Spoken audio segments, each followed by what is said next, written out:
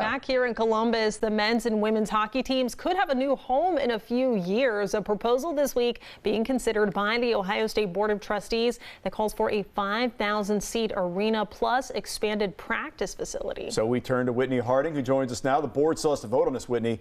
Where would they put it on campus? Well, it would be part of the new athletics district. And here is a visual that's included in the proposal. I'm also going to be doing an audition for fill-in traffic anchor if ever necessary. So I hope management is watching. Perfect. But here is where the other athletic facilities are. So tennis, lacrosse. The rink is proposed to be right here. So that's next to Covelli. Now, to help you get your bearings, 315 all the way over here. This is the road, Fred Taylor, that goes right by the Jesse Owens Memorial Stadium, the track and field area. And then Olentangy River is over here. So for those who don't know, right now, the men are actually playing at the Schottenstein Center. That's where their locker rooms are as well, but they practice at the OSU ice rink next to St. John's.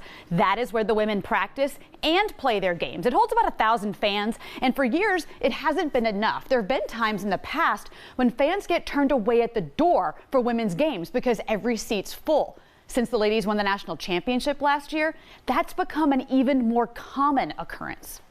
You know, this dad and this little girl had come up right before the game started, and they weren't able to get in, which is really unfortunate. But you know, he just squatted down. He was kind of explaining to her, and I saw her kind of start crying a little bit, and like that kind of hurts the heart. Can we get as many girls and boys and fans as possible in this building to support the team, but also grow women's hockey? You know, you're not practicing at the rink. You're playing. You're not learning those boards as well as you should. The way the puck's bouncing off of, you know, just those types of things where you get home ice advantage. You know, hopefully, you know, they can get into one building and be there for good. I think it'll just help their development in a lot of ways.